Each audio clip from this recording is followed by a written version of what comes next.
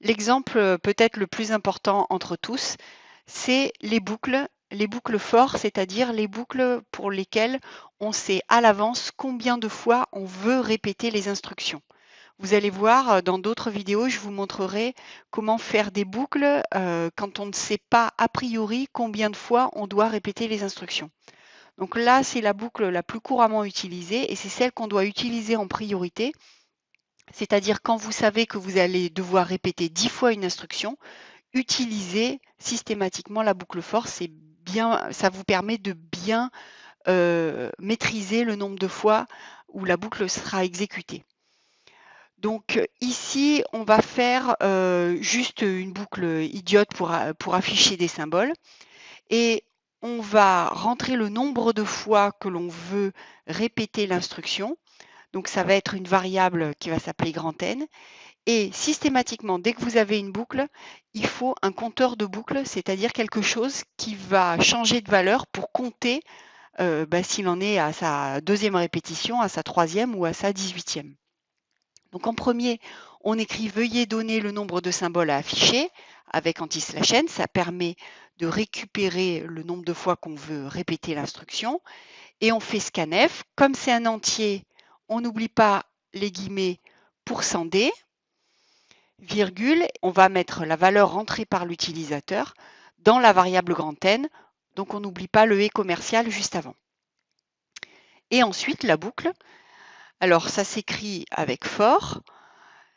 Le compteur de boucle, i, on le fait démarrer de 0 habituellement. On verra plus tard la raison pour laquelle on fait ça. Donc on démarre de 0, on met un point virgule et on met i inférieur strict à n. Par exemple, imaginons que grand N vaut 3. Ça va le répéter une première fois pour i vaut 0, puis une deuxième fois pour i vaut 1, puis une troisième fois pour i vaut 2. Et quand i va valoir 3, il va passer égal à n, et donc la boucle ne va pas se faire. Donc ça va bien se faire 3 fois. Et ici, l'instruction qui reste, c'est une instruction qui permet de dire comment on passe de i au i suivant. I égale i plus 1.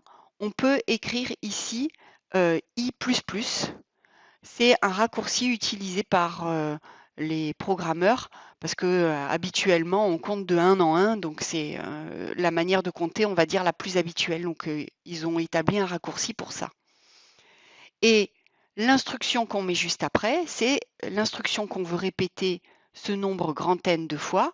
Eh ben, j'ai mis un truc printf petit o avec anti/n, c'est-à-dire on passe à la ligne, donc ça va nous faire des colonnes de haut. Si ici, les instructions que vous voulez répéter, il n'y en a pas juste une seule, mais il y en a plusieurs.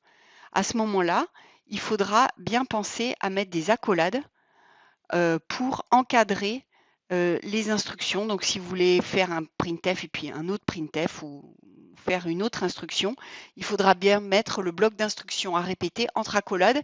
Sinon, ça ne répétera que la première instruction que vous avez écrite juste après le for.